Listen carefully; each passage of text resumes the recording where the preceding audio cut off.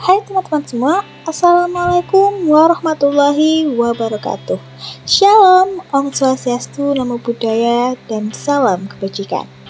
Perkenalkan, nama saya Miftahul Uma Elfajratin, salah satu mahasiswa pertukaran dari Universitas Trunojoyo Madura, dan saat ini saya menempuh mata kuliah semantik di Universitas Katolik Santo Thomas Medan yang diampu oleh Bapak Immanuel Sritengah, SPD, MPD. Pada kesempatan kali ini saya akan membahas mengenai jenis-jenis relasi makna. Namun, sebelum kita membahas lebih lanjut mengenai jenis-jenis relasi makna, ada baiknya kita mengupas sedikit apa itu relasi makna.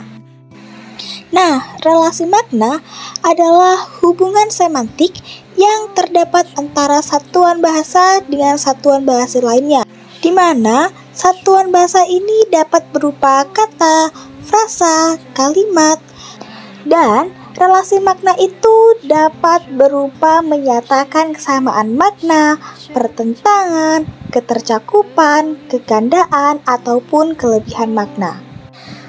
Jenis-jenis relasi makna ada 7. Nah, untuk lebih lanjutnya, langsung aja kita masuk ke pembahasan yang pertama. Yang pertama adalah sinonimi atau biasa kita kenal dengan sinonim. Nah, sinonimi ini merupakan hubungan semantik yang menyatakan kesamaan makna dan bersifat dua arah. Sinonimi juga disebabkan oleh beberapa faktor, seperti yang pertama ialah faktor waktu. Nah, kita bisa lihat pada contoh ialah hulu balang dan komandan. Nah, kata hulu balang ini bersifat klasik, di mana pada masa penjajahan dahulu hulu balang ini digunakan untuk menyebutkan seseorang yang memimpin sebuah kelompok. Sementara pada masa sekarang kita menyebutkannya sebagai komandan. Kemudian selanjutnya yang kedua ialah faktor tempat dan wilayah. Bisa kita lihat pada contoh yaitu saya dan beta.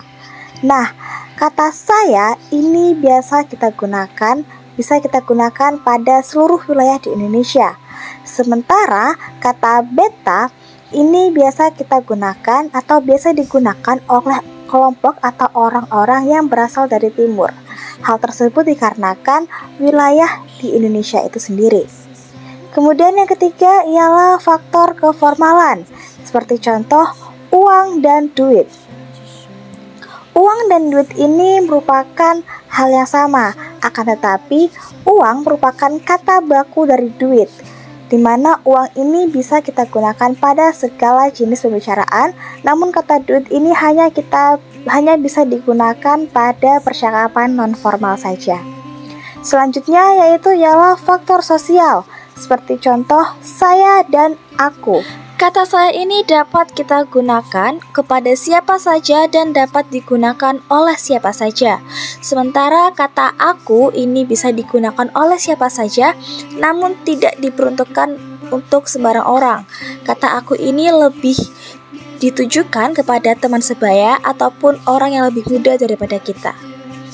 Kemudian selanjutnya ialah faktor bidang kegiatan, seperti contoh matahari dan surya. Nah, matahari ini umumnya kita gunakan kepada kehidupan sehari-hari. Namun kata surya ini lebih condong ke arah sastra. Kemudian ialah faktor nuansa dan makna, seperti contoh melihat, melirik, dan menonton. Selanjutnya ialah antonim. Nah, antonim ini merupakan hubungan semantik antara dua ujaran yang menyatakan kebalikannya, di mana antonim ini memiliki beberapa sifat. Yang pertama ialah bersifat mutlak, seperti contoh hidup dan mati. Hidup dan mati ini mutlak dan tidak bisa direncanakan oleh manusia. Selanjutnya ialah bersifat relatif, seperti contoh besar dan kecil. Ukuran besar dan kecil ini bisa berdasarkan persepsi masing-masing setiap orang atau setiap kelompok. Kemudian yang ketiga ialah bersifat rasional, seperti contoh membeli dan menjual, di mana setiap kali ada orang membeli pasti di situ ada orang yang menjualnya, dan begitu sebaliknya. Selanjutnya ialah bersifat hierarkial. Nah, kata siswa ini digunakan oleh orang-orang atau anak-anak yang menempuh pendidikan pada jenjang SD hingga SMA. Sementara mahasiswa ini merupakan sebutan sebagai sekelompok orang atau perorangan di mana ia menempuh pada tingkat pendidikan di universitas. Kemudian ialah bersifat majemuk, di mana lawan kata dari berdiri itu dapat berupa duduk, ataupun tidur, ataupun tiarap, ataupun jongkok, dan ataupun bersila. Kemudian ialah jenis-jenis relasi makna yang ketiga adalah polisemi. Polisemi merupakan kata atau ujaran yang memiliki makna lebih dari satu, seperti contoh kepala. Nah, kepala ini dapat kita artikan menjadi dua, yaitu yang pertama merupakan bagian tubuh dan yang kedua merupakan ketua atau pimpinan. Nah, selanjutnya ialah ada homonimi. Homonimi ini bersifat kebetulan, di mana kata yang kita ucapkan ini menghasilkan suara yang sama. Homonimi ini dibagi menjadi dua, yaitu homofoni dan homografi. Homofoni ini seperti contoh bank untuk menyimpan uang dan bank untuk ketika kita memanggil kakak laki-laki. Nah, suara yang dihasilkan ini sama, akan tetapi tulisannya berbeda. Sementara itu, homografi ini tulisan dan suara yang dihasilkan ini sama, bergantung konteks kalimat yang kita gunakan. Seperti contoh teras inti dan teras bagian dari serambi rumah. Kemudian jenis-jenis relasi makna yang kelima ialah hiponimi. Dalam hiponimi ini dibagi menjadi dua. Yang pertama ialah hiponim dan yang kedua adalah hipernim. Hiponim ini merupakan kata khusus, sementara hipernim ialah kata umum. Langsung saja kita lihat contoh di mana terdapat hipernim. Hipernim ini merupakan contoh burung. Dalam konteksnya, ketika kita menyebutkan burung, maka yang ada dalam bayangan kita ialah berbagai jenis burung. Akan tetapi, kata khususnya atau hiponim kita dapat mengambil contoh merpati, gereja, ataupun beo. Nah, gereja, merpati, ataupun beo ini merupakan jenis-jenis dari burung. Kemudian yang selanjutnya ialah ambiguity atau ketaksaan, di mana ambiguity atau ketaksaan ini gejala terjadinya kegandaan makna atau lebih. Seperti contoh, kita memberikan contoh buku sejarah baru. Nah, dalam kalimat buku sejarah baru ini dapat diartikan sebagai dua hal.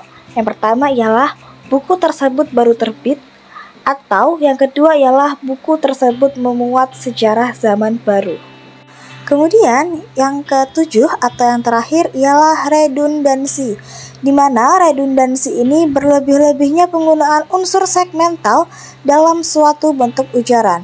Langsung saja kita melihat pada contoh, di mana pada kalimat pertama terdapat bola itu ditendang oleh Dika. Selanjutnya pada kalimat kedua ialah bola itu ditendang Dika. Makna dari kedua kalimat tersebut ialah sama, di mana seorang anak bernama Dika sedang menendang bola. Akan tetapi, pada kalimat kedua, kata oleh dihilangkan. Maka dari itu, kata oleh jika dihilangkan itu tidak memengaruhi makna yang dihasilkan. Nah, itu tadi penjelasan dari saya mengenai jenis-jenis relasi makna. Dan dapat kita simpulkan bahwa sebenarnya setiap ujaran yang kita ucapkan, setiap kata yang kita ucapkan itu mengandung makna. Dari makna-makna tersebut, ternyata makna tersebut sudah digolongkan beberapa jenis-jenis makna. Nah, jenis-jenis makna itu ada berupa sinonimi, hiponimi, antonimi, dan lain sebagainya. Nah, dari situ dapat kita mengerti bahwa ternyata jenis-jenis makna itu banyak sekali dan penting sekali ya. Nah, cukup sekian dari saya. Kurang lebihnya mohon maaf. Semoga ilmu yang saya bagikan ini dapat bermanfaat untuk kita semua. Wassalamualaikum warahmatullahi wabarakatuh. Sampai jumpa.